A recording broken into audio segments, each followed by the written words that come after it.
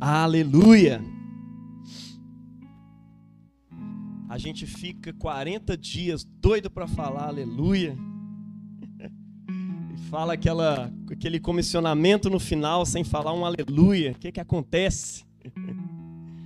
Mas isso também é pedagógico na liturgia cristã. Para que a gente solte um aleluia lá do fundo do nosso, como diz o povo, do âmago. Solte um aleluia lá do fundo da nossa alma, reconhecendo que Cristo ressuscitou. E as nossas misérias com as quais nós tratamos ao longo desse tempo, Jesus lidou com elas na cruz do Calvário. Mas não somente lidou com elas na cruz do Calvário, Jesus ressuscitou. Aleluia! Glória a Deus! O tema que eu dou para esse sermão é o fato que reinterpreta tudo. Meus irmãos, não sei se vocês notaram, mas todas as leituras de hoje estão nos falando a respeito da ressurreição de Cristo e dos efeitos que ela tem sobre nós. Todos estão relatando, olha, mas ele ressuscitou. Eles não entendiam que ele tinha que morrer e ressuscitar. Ele morreu segundo as Escrituras e ressuscitou no terceiro dia, segundo as Escrituras. Por que era tão importante que morresse e ressuscitasse o Filho de Deus? Afinal de contas,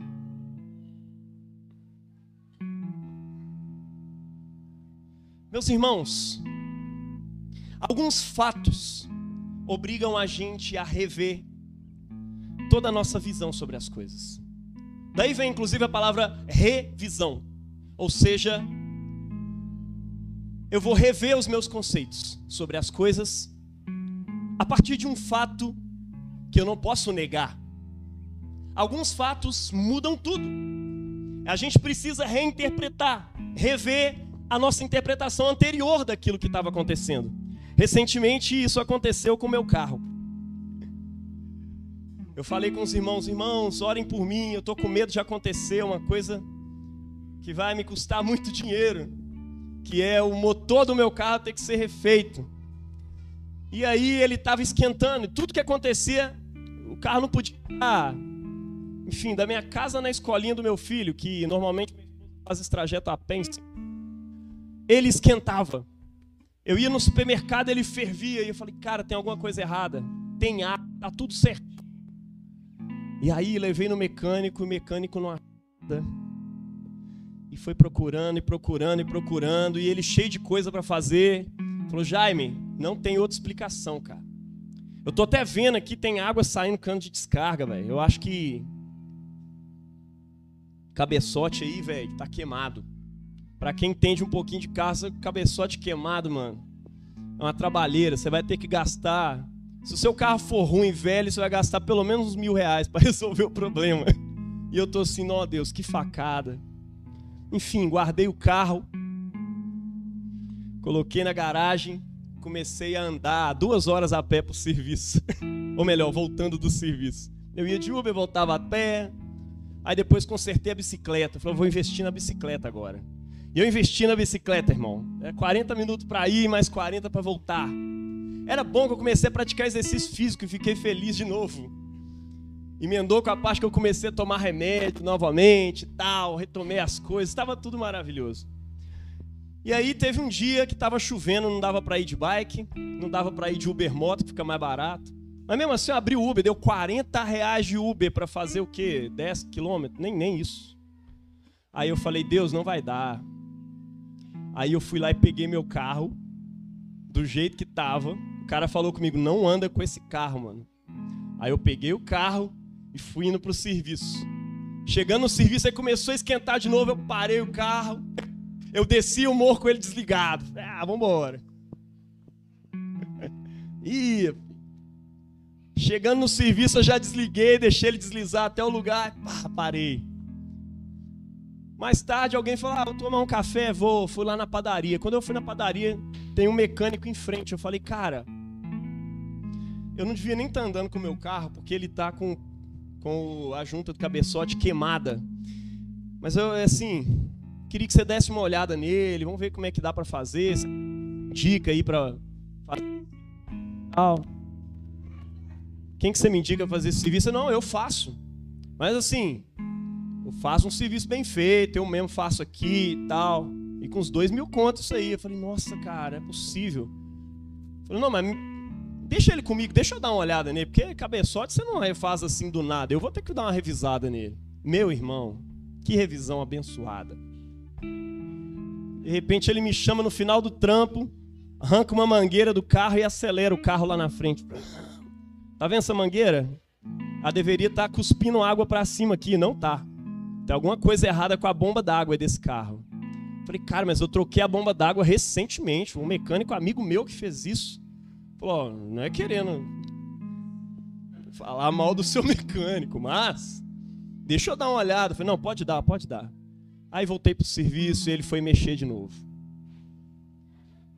Meu irmão, quando eu voltei, ele falou, cara, realmente a sua bomba estava boa, estava nova, seu amigo não mentiu para você, fez um serviço. Só que a válvula que fica em cima dessa bomba, acho que é em cima, não sei, eu não entendo nada de mecânica.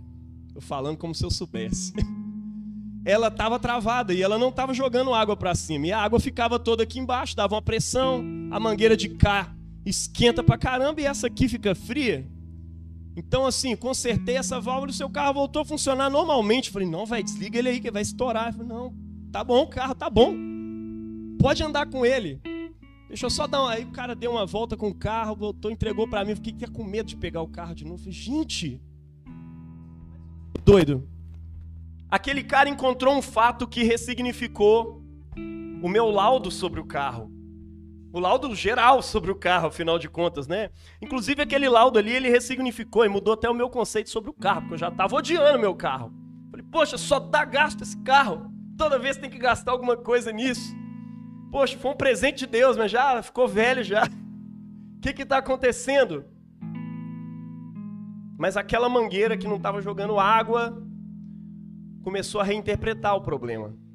E aí, de repente, ele encontrou um fato novo. Falou, olha, a válvula que fica em cima não está jogando água para cima. E aquilo ali reinterpretou tudo. Afinal de contas, a interpretação geral era, vai ter que trocar o cabeçote, vai ter que abrir esse motor, vai ter que, né, planar aquele negócio, eu não sei como é que faz isso, mas enfim, os caras falam que é um trabalho muito difícil. Parte do serviço fica R$500, a outra parte é a mão de obra. Enfim, tudo fica muito caro.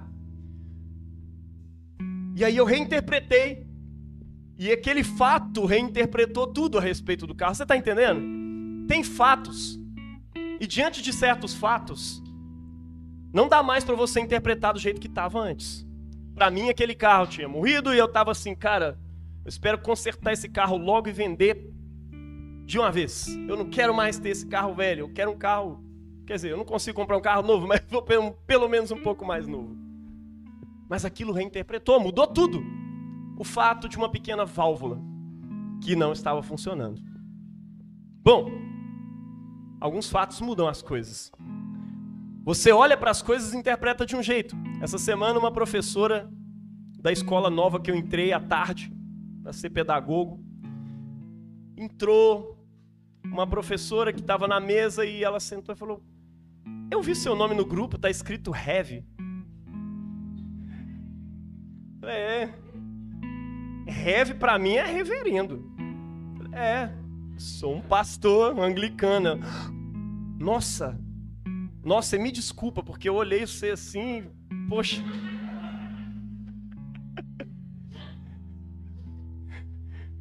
Assim, não pareceu para mim que você era um reverendo. Não, reverendo é só um nome de tratamento, a gente é pastor. Em outros lugares chama de padre, enfim. Eu sou um pastor. Nossa, até me desculpa. Aí começou a falar um monte de coisa. Sabe quando você tenta consertar e avacalha tudo? Fiquei com vergonha por ela. A gente conversou, mudou a visão dela sobre mim naquele momento ali. Ela reinterpretou tudo. Falei, cara, agora o que esse menino faz, agora eu tô entendendo de outro jeito. Sei lá, pra mim ele era um ateu, um satanista que tá tentando doutrinar as crianças dessa escola, mas agora, poxa, ele é um cristão. Ele é um pastor. Isso que ele fez, então, não foi aquilo, foi outra coisa. Olha que doido isso, cara. Certos fatos mudam tudo. É claro, esses dois fatos são bem pequenos, né? Quem é o Jaime no mundo? O que é o meu carro para a existência, né? Mas tem alguns outros fatos que mudaram. Por exemplo, você já ouviu falar aí da Revolução Copernicana, lá no século XVI? O cara que descobriu que o mundo não girava em torno da Terra, era a Terra que girava em torno do Sol. Isso deu a ideia de um mundo infinito, isso mudou, girou a chave na cabeça das pessoas, né? Darwin, quando descobriu lá que as espécies evoluíam ao longo do tempo, né? Freud, alguns dizem que Freud fez uma revolução, assim, né?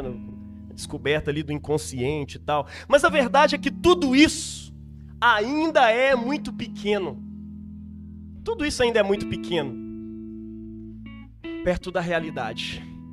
Ainda é muito pequeno para mudar a história. Existe um fato que revolucionou toda a história. E é sobre esse fato que eu quero falar hoje. Que até então conhecida, essa história mudou. E que permeia todos os outros fatos até hoje. A ressurreição de Jesus de Nazaré. Uma ressurreição interpretada, pelo menos assim, a morte até então era interpretada como a derrota daquele que se dizia filho de Deus. Vários messias se levantaram antes de Jesus e vários se levantaram depois, todos eles morreram. E quando o Messias morria, o pessoal entendia, realmente ele não era o Messias. Esse aqui até nasceu em Belém, enfim, morreu, acabou a nossa esperança. Não existia essa ideia de ressurreição. Sabe que o pessoal acreditava até em fantasma. Acreditava-se assim, fantasma apareceu aqui, fantasma de fulano, de ciclano, alguma coisa do tipo. Mas o pessoal não cria em ressurreição, a não ser ressurreição do tipo, um profeta fez um milagre, ressuscitou fulano de tal, que vai viver mais alguns anos, vai morrer depois. Tá entendendo? Agora, a ressurreição, na cabeça dele, daquele povo, dentro da ortodoxia judaica, era uma coisa que iria acontecer no fim dos tempos. Deus iria ressuscitar o mundo inteiro. Ia ressuscitar os justos para a vida eterna e os injustos para a condenação eterna. E Deus ia dar a retribuição de todas as coisas. Mas ninguém imaginava que essa ressurreição seria antecipada no tempo e na história. Então, quando Jesus morre, para os discípulos é isso. A gente esperava. Você já leu a passagem de Jesus conversando com dois discípulos no caminho de Emaús? Jesus vai chegar para eles, vai conversar, vai reinterpretar toda a história, a escritura e tal. O coração deles começa a arder e tudo mais. E aí eles viram para ele e falaram: nossa, a gente até esperava que ele fosse o Messias, mas ele morreu. Veja, esse mas muda tudo. A interpretação deles, e não poderia ser outra também, a interpretação deles era: cara, ele morreu, não tem outra coisa a se fazer. Você está entendendo? Ele morreu e acabou. A morte mudou tudo na interpretação deles. Jesus já tinha provado ser o Messias, mas se ele morreu, acabou. Deuteronômio já tinha até alertado o povo de Israel: quando um profeta vier, ele pode fazer milagres, ele pode fazer profecias, ele pode fazer um monte de coisa, mas se a palavra dele não se cumprir, apesar dos milagres, apesar dessas coisas, esquece tudo. Ele é um falso profeta. Se ele pedir vocês para irem num caminho diferente daqueles que eu vos ordenei até hoje, exclua ele do meio de ti, porque ele é um falso profeta. Então o povo de Israel estava preparado para isso. Jesus morreu e aquilo era a derrota. Você está entendendo? Bom, só que aconteceu uma coisa depois, e que ressignificou tudo para eles. Vocês leram o evangelho aqui junto com a gente. Maria Madalena vai ao túmulo para poder embalsamar Jesus, para poder limpar Jesus. Afinal de contas, ele não tinha sido limpo depois da sua morte. E quando ela chega, ela vê a pedra do túmulo removida. E ela fica assustada com aquilo e volta correndo E avisa Pedro e João: gente, roubaram o corpo do nosso Senhor. Veja, olha como que ela interpreta a morte. Jesus está morto. Se o túmulo está aberto, não tem outra possibilidade senão que roubaram o corpo de Jesus. E aí corre para lá Pedro, corre para lá João. João era mais novo que Pedro, ele corre na frente. E quando ele chega e vê o túmulo aberto, ele se ajoelha e fica parado. Aí Pedro volta, chega mais cansado para trás e tal, entra dentro do túmulo. E depois entra João. E depois os dois saem de lá de dentro. A Bíblia diz que João viu e creu, né? Bateu o olho, cara, Jesus disse: as coisas vão acontecer. Eu creio. Eu creio. Creia. A ressurreição é um fato que reinterpreta todas as coisas. Maria Madalena fica ali do lado de fora do sepulcro. Maria Madalena fica ali do lado de fora, acompanhando, olhando, tentando entender o que está acontecendo. E por conta da sua contemplação e do seu prostrar-se diante daquele túmulo, de repente ela contempla lá dentro um anjo. E o anjo vira para ela e fala com ela.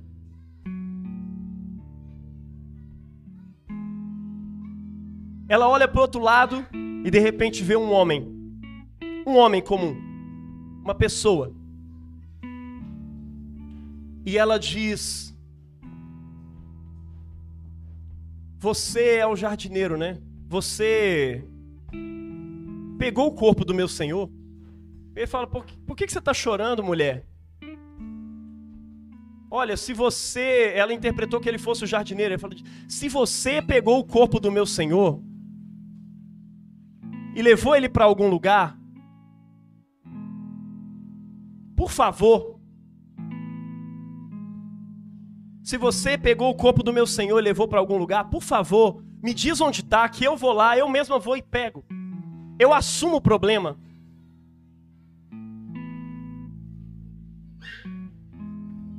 E ele vira para ela e a chama do jeito que ele sempre chamou: Maria.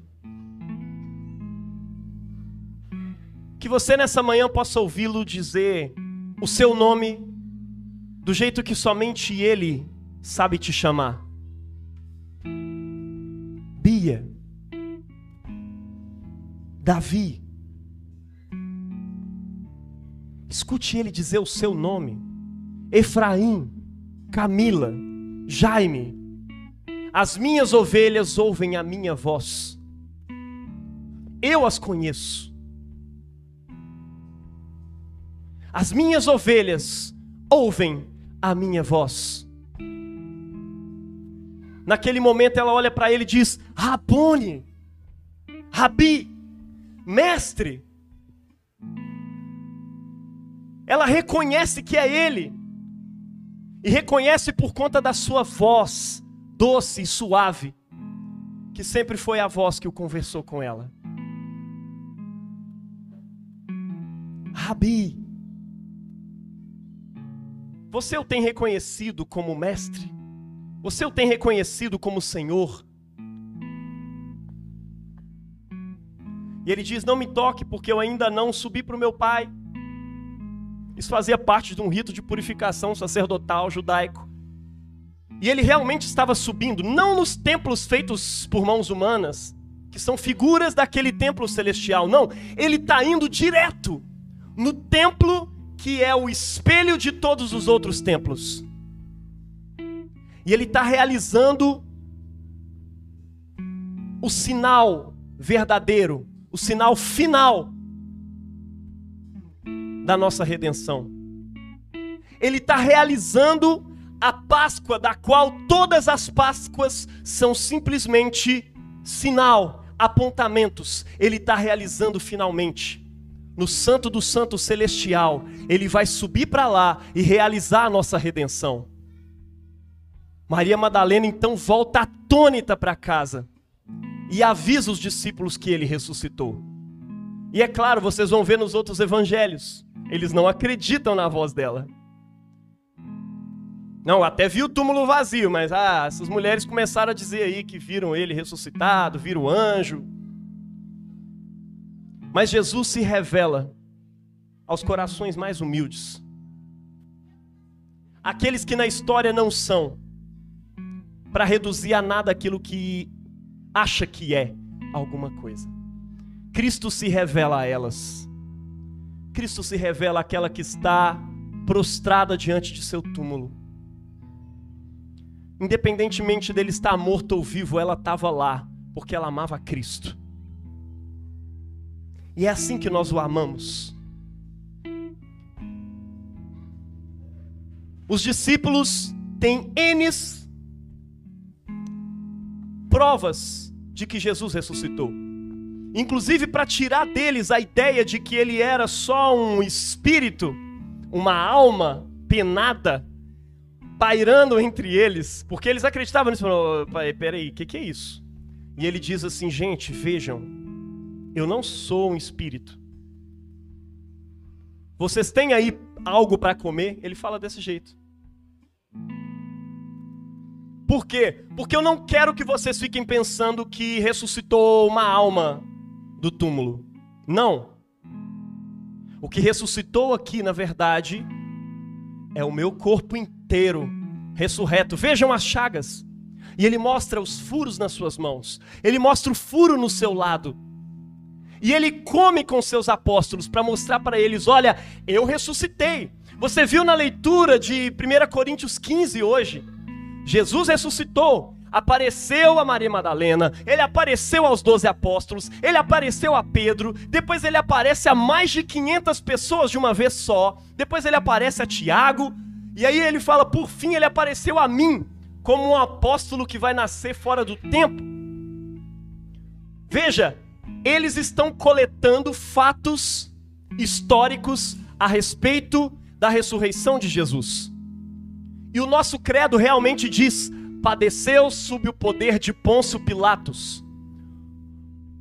Um governador histórico, e se você olha os documentos históricos, ele está lá.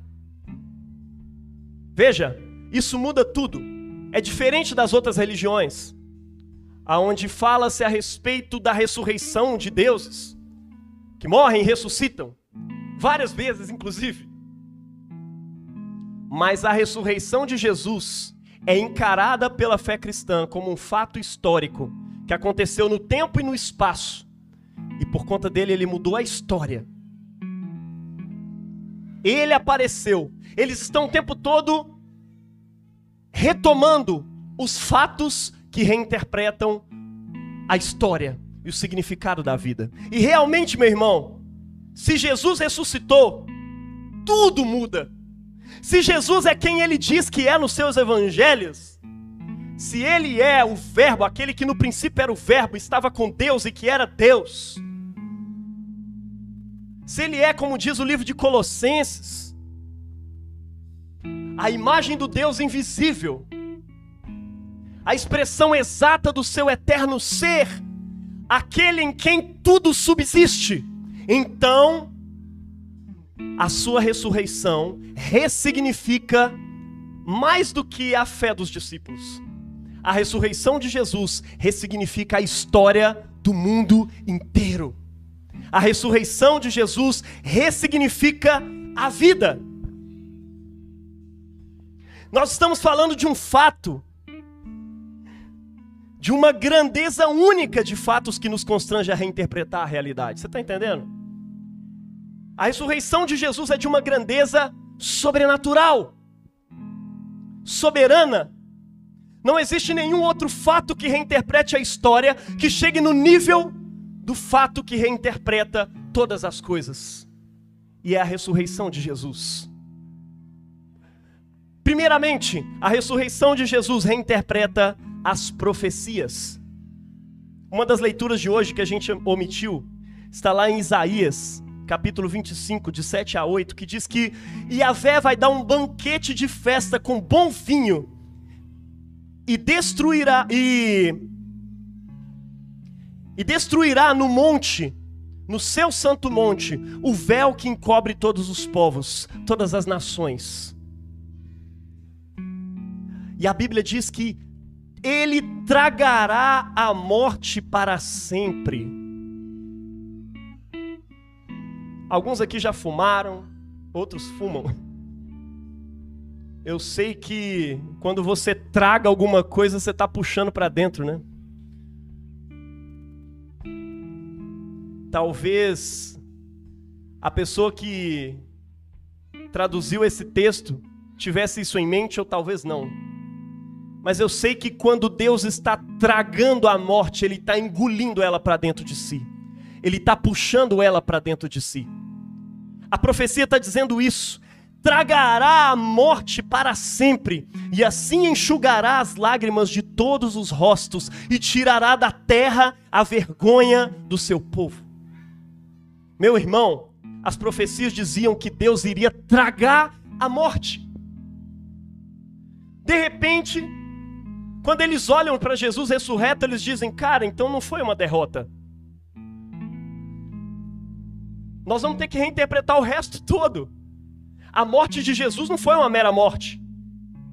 Ela tem a ver com as profecias. E aí eles voltam nas profecias e falam, caraca, tá dizendo que ele vai tragar a morte. Cara, estava nos nossos olhos, a gente não viu esse tempo inteiro. Deus estava engolindo a morte na cruz do Calvário. Ele estava engolindo toda a enfermidade, tomando sobre si. Isaías 65 diz, vejam, estou criando novo céu e nova terra. O passado será esquecido, alegrem-se. Isaías 65, 17. Então os discípulos diziam, cara, Deus disse que estaria criando um novo céu e uma nova terra. Jesus é o Deus encarnado. O próprio Deus, no princípio, estava com Deus e era Deus. O verbo se fez carne e habitou entre nós. Esse verbo que se fez humano, que se fez carne, morreu numa cruz e ressuscitou. A princípio, quando ele morreu numa cruz, eles reinterpretaram dizendo, não, ele não era o Filho de Deus. Mas agora que ele ressuscitou, eles estão pensando, cara, que louco. O verbo de Deus morreu e nós juntamente com ele morremos. E o verbo de Deus ressurgiu dos mortos. E isso significa para nós que a profecia sobre um novo céu e uma nova terra já começou a se cumprir. Aonde? No corpo ressurreto de Jesus, ora.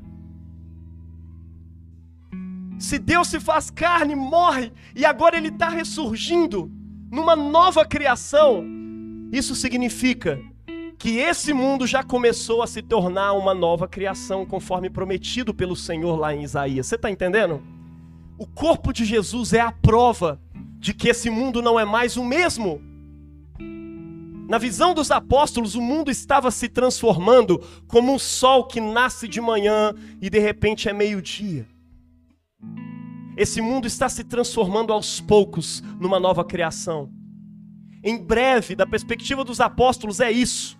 Em breve, tudo o que a gente vê não será mais como é.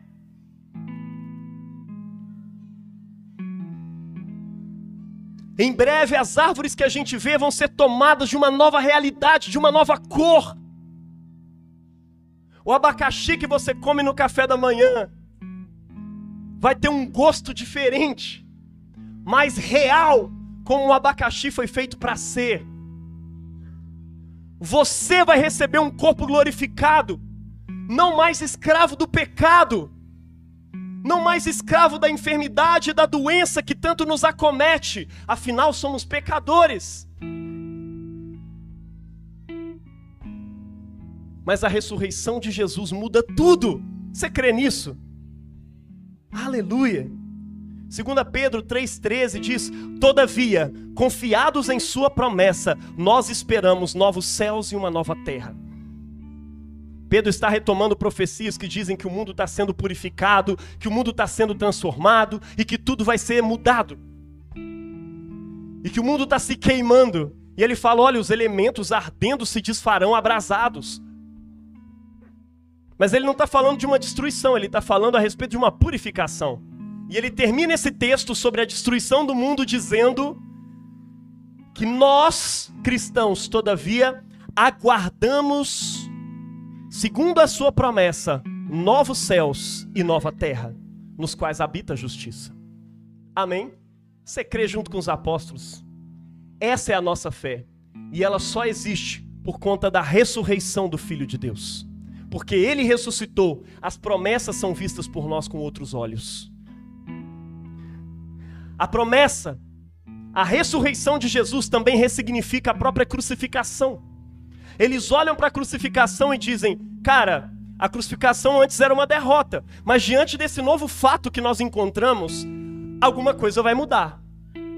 Não dá para... Aquela crucificação não foi uma mera crucificação. Aquele sangue não era um mero sangue. Era o Cordeiro de Deus tirando os pecados do mundo. Era o Cordeiro de Deus que tira os pecados do mundo.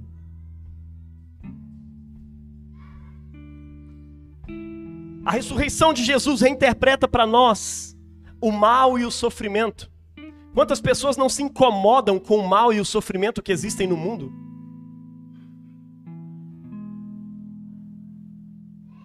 Quantas pessoas não se incomodam com a desesperança, com a pobreza, com a miséria? Sem falar dos males naturais, os tsunamis que acontecem, os deslizamentos de terra que acontecem. Mas em Jesus o mal é reinterpretado. O mal é encarado de frente pelo próprio Deus. Alguns dizem, poxa, como que Deus encara o mal? Olha, Deus tem uma forma de encarar o mal. Ele encarou ele frente a frente no corpo de Cristo. Ele abraça o sofrimento. Quando você estiver sofrendo, pense isso. Jesus abraçou o sofrimento juntamente comigo. E Ele encarou o sofrimento juntamente comigo. A morte de Jesus não foi uma mera morte. Diante do fato da sua ressurreição, contemplado por Maria Madalena e contemplado por Pedro e por Tomé e por mais de 500 irmãos, diante disso não dá mais para olhar a crucificação como uma derrota.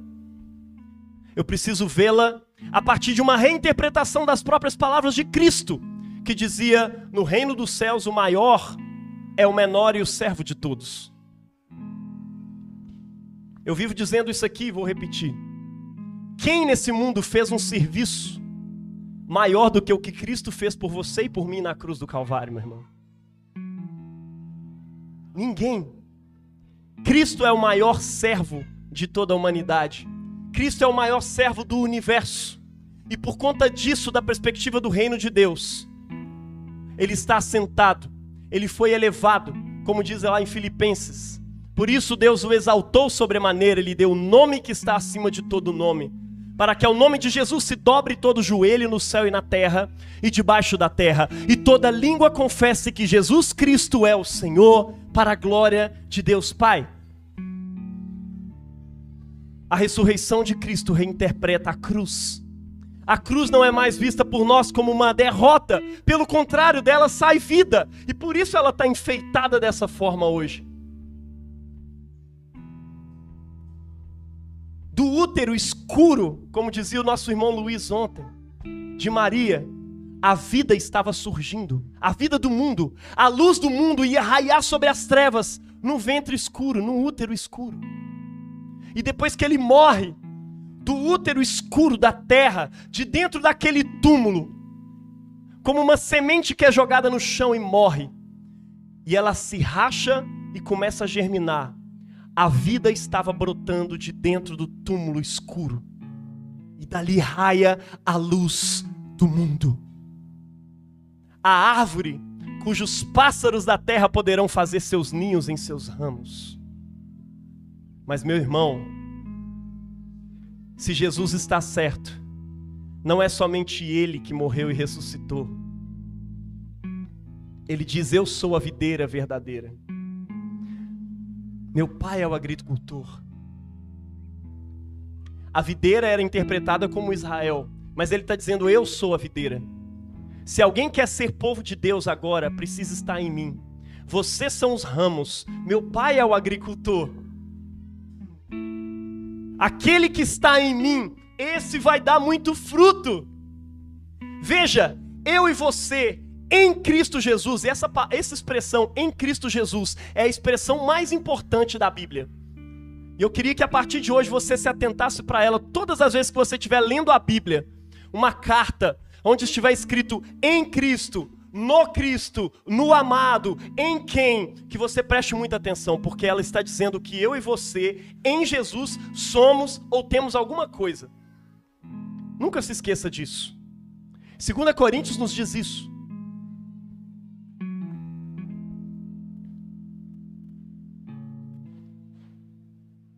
Em Cristo, nós somos uma nova criação. Não é verdade? 2 Coríntios 5,17. Se alguém está em Cristo, é uma nova criação.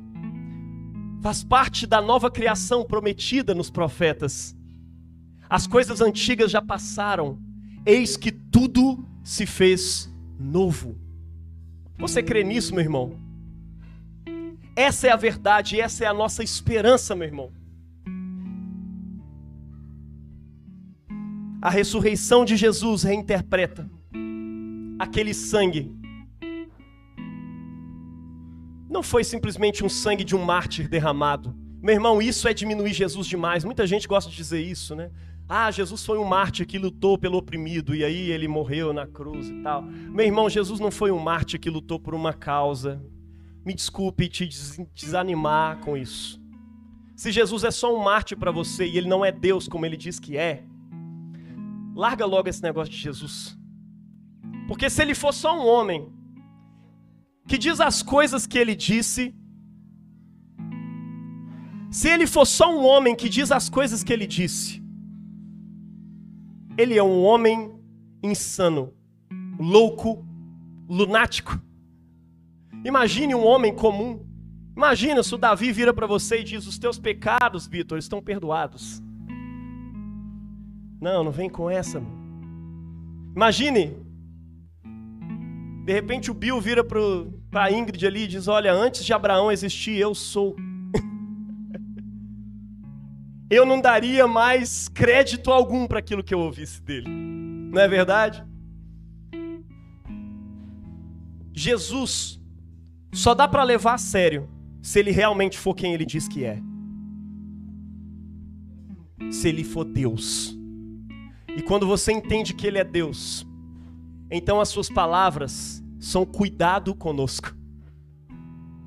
São misericórdia sobre nós. A sua morte na cruz não é um sangue de um mártir. É o sangue do Cordeiro cósmico que está cobrindo os nossos pecados de verdade. O sangue de Jesus nos purifica de todo o pecado.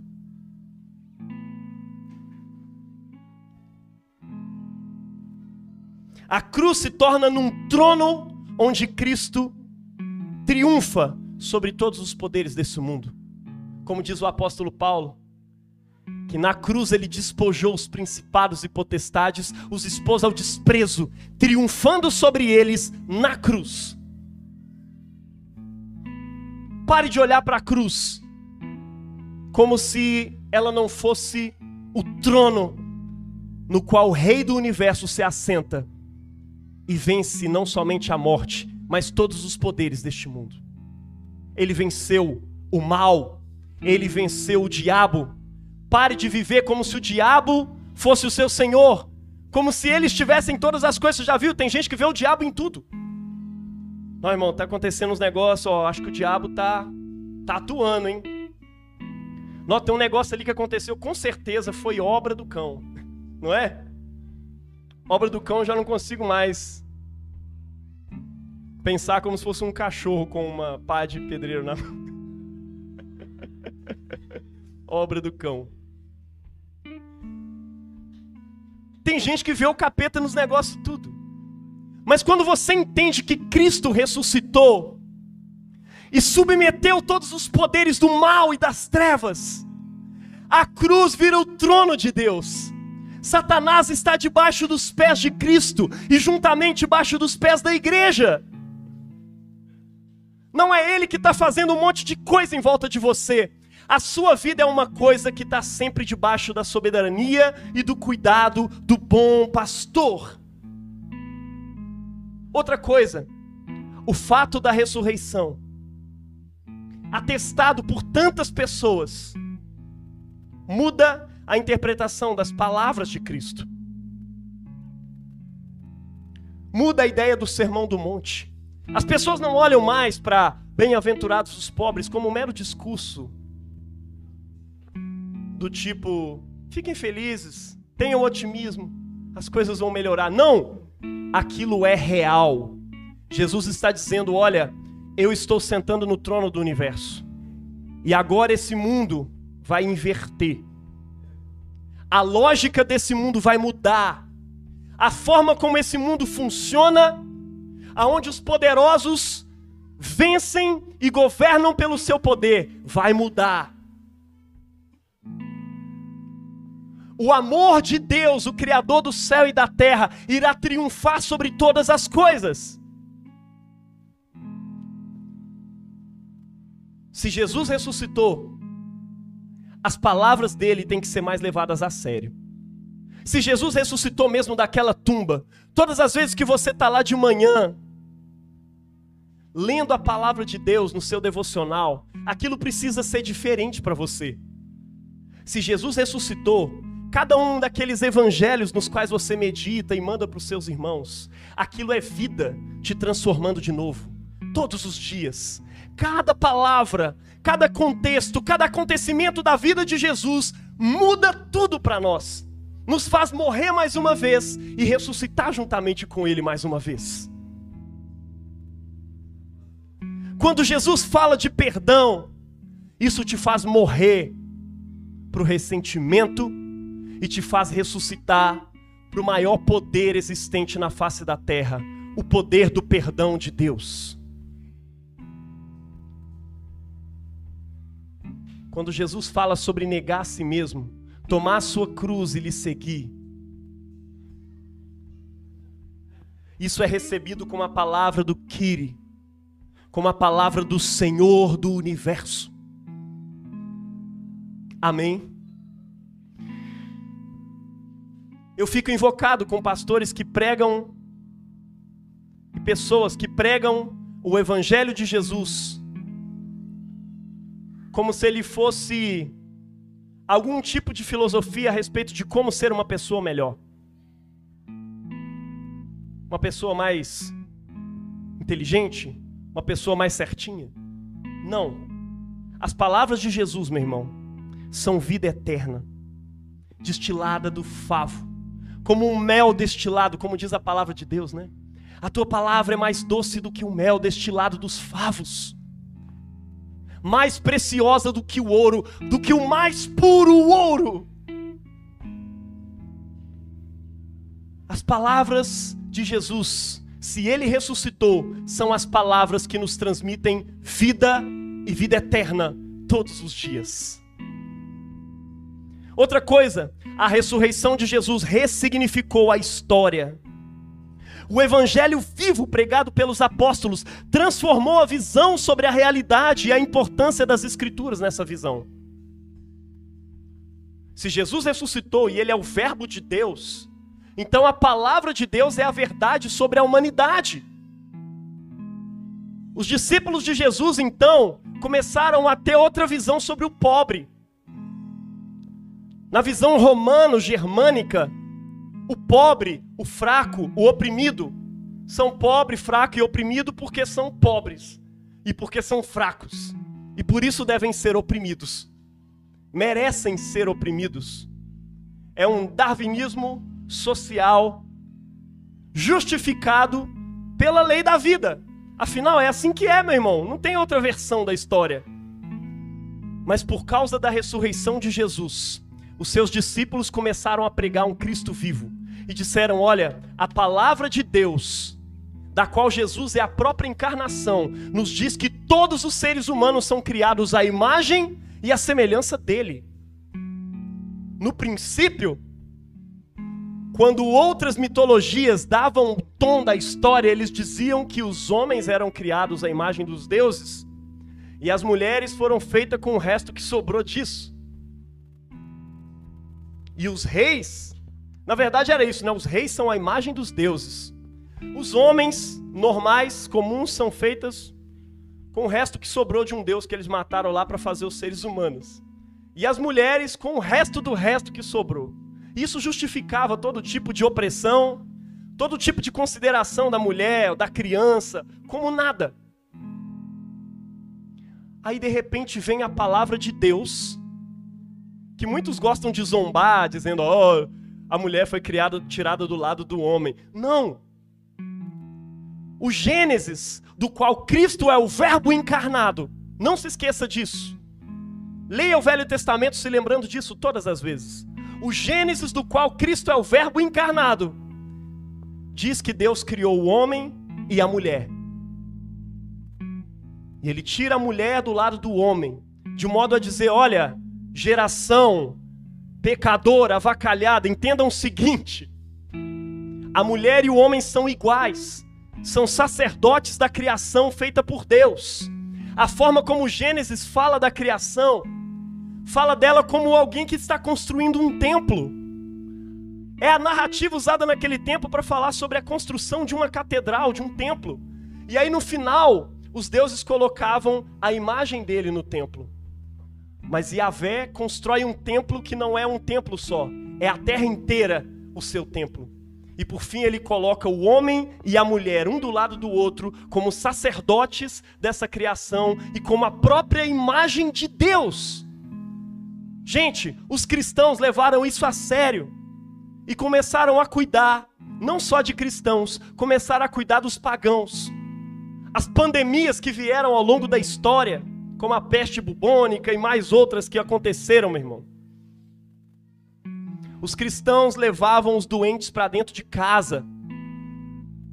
Enquanto todos diziam, cara, vocês vão morrer porque, enfim, a gente não tem noção de vírus e bactéria, mas a gente sabe que quem acolhe essas pessoas para dentro de casa, ou quem está perto dessas pessoas, morre também. E eles diziam, morrer para nós é lucro, porque estaremos com Cristo. Cabe a nós, nesse tempo, desgastar a nossa vida como uma vela que se queima para o reino de Deus. Porque eu estou crucificado com Cristo. E já não vivo eu, mas Cristo vive em mim. Por isso essa ressurreição começou a ressignificar a história. Com o tempo a fé cristã vai se espalhando e se espalhando. E cristãos interpretando a Bíblia e levando, não ao pé da letra, mas ao pé do verbo. Entendem que todos os homens são iguais. E nosso irmão anglicano William Wilberforce começa a lutar numa Inglaterra escravista contra o tráfico de escravos. Nosso irmão Martin Luther King começa a lutar contra um tipo de apartheid que tinha nos Estados Unidos. Direitos completamente diferentes para brancos e negros. Os cristãos ao longo da história começam a dar outro lugar social para a mulher. Os cristãos ao longo da história dão outro lugar para a educação e para a criança. Sim, meu irmão, isso veio da fé cristã. A fé cristã começa a dar outro lugar social para o doente, para o oprimido. Aqueles que diante da visão antiga deveriam simplesmente morrer para que os bons possam crescer e proliferar. Mas a ressurreição de Jesus ressignificou a forma como se encarava a realidade social. Ressignificou a história por meio da ideia da Imago Dei. Eu sei que tem muitos cristãos idiotamente criticando a ideia de direitos humanos. Mas olha, meu irmão, lave a boca para falar disso. Sabe por quê? Porque a cogitação da ideia de direitos humanos parte exatamente da palavra de Deus e de nossos antepassados na fé, que lutaram e que morreram por conta da imagem de Deus, enxergando ela no pagão, na mulher, no criminoso, no pastor, no clero, no povo, na criança, na mulher, no negro, no branco e em todas as pessoas. A ressurreição de Jesus significa que todas as raças foram ressuscitadas nele. A ressurreição de Jesus significa que todas as identidades são ressuscitadas juntamente com ele. A ressurreição de Jesus ressignifica a história, meu irmão. E por fim, eu quero te dizer que a ressurreição de Jesus ressignifica as nossas vidas. Eu quero te perguntar isso. Você vai deixar que a ressurreição de Jesus tenha ressignificado simplesmente a crucificação, as palavras de Cristo, a história, e não façam nada com a sua vida? Meu irmão, pare de viver como se Cristo não tivesse ressuscitado. Segundo, pare de viver como se você não tivesse sido ressuscitado com Cristo. Ele vive. Nós temos razões para plantar e cultivar para a vida eterna. Quem sai andando e chorando enquanto semeia, voltará com júbilo trazendo os seus feixes. Isso diz a palavra de Deus.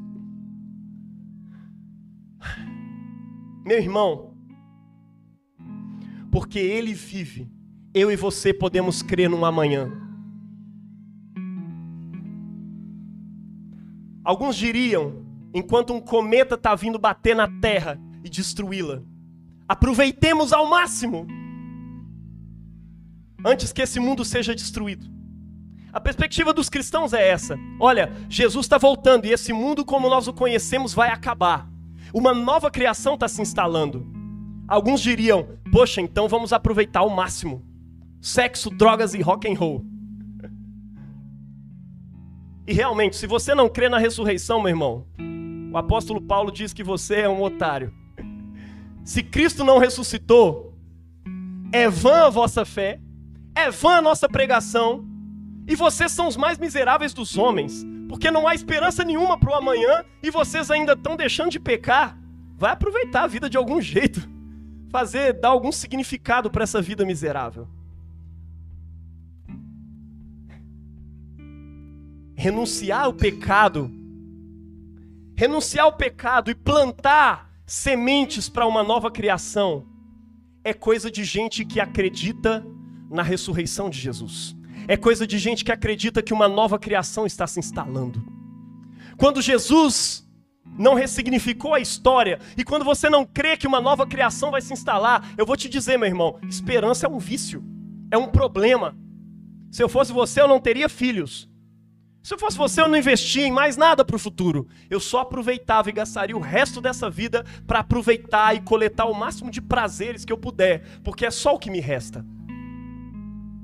Agora, se Cristo ressuscitou, meu irmão, o mundo como nós o conhecemos vai mudar completamente. A justiça em breve se instaurará. Justiça e paz se beijarão, se abraçarão. Um mundo onde nós não vemos justiça sem paz. Ou pelo contrário, nós só vemos justiça sem paz. Porque para instaurar a justiça, a guerra se instaura. E aí nós fazemos justiça pela guerra. Ou o contrário, nós temos paz, mas com uma injustiça reinando.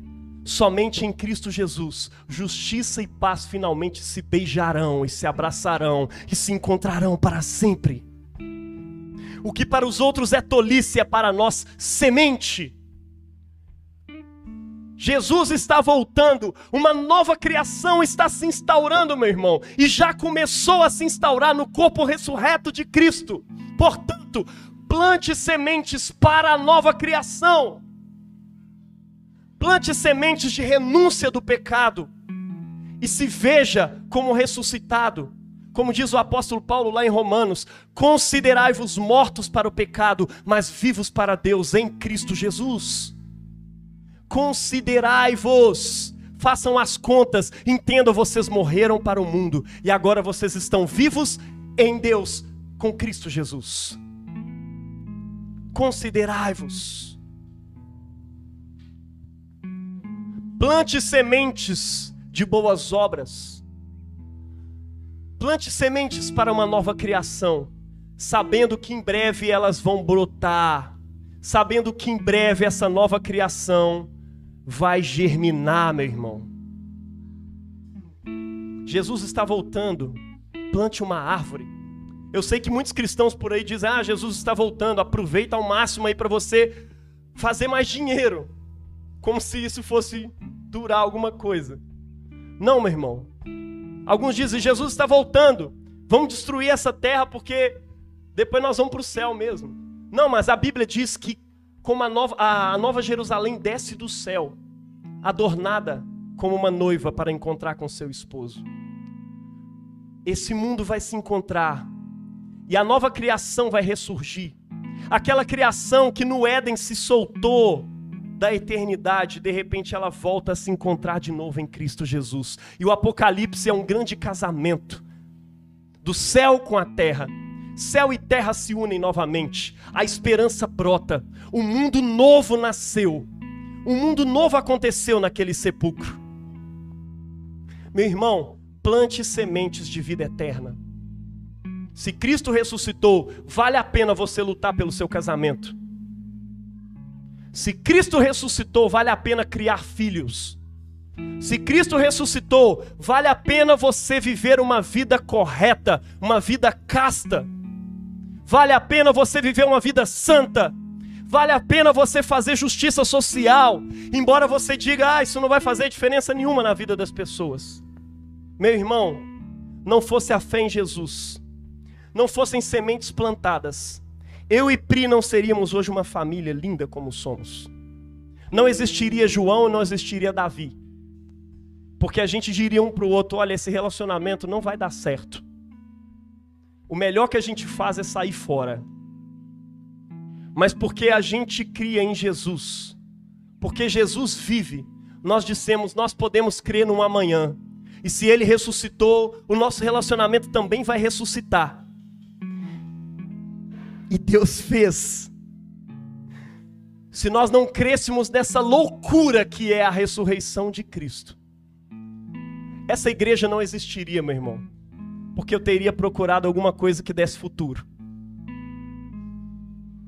Mas o futuro para o qual estou olhando é o reino de Deus, que breve vem. E vocês são fruto disso. Amém? Se coloque de pé.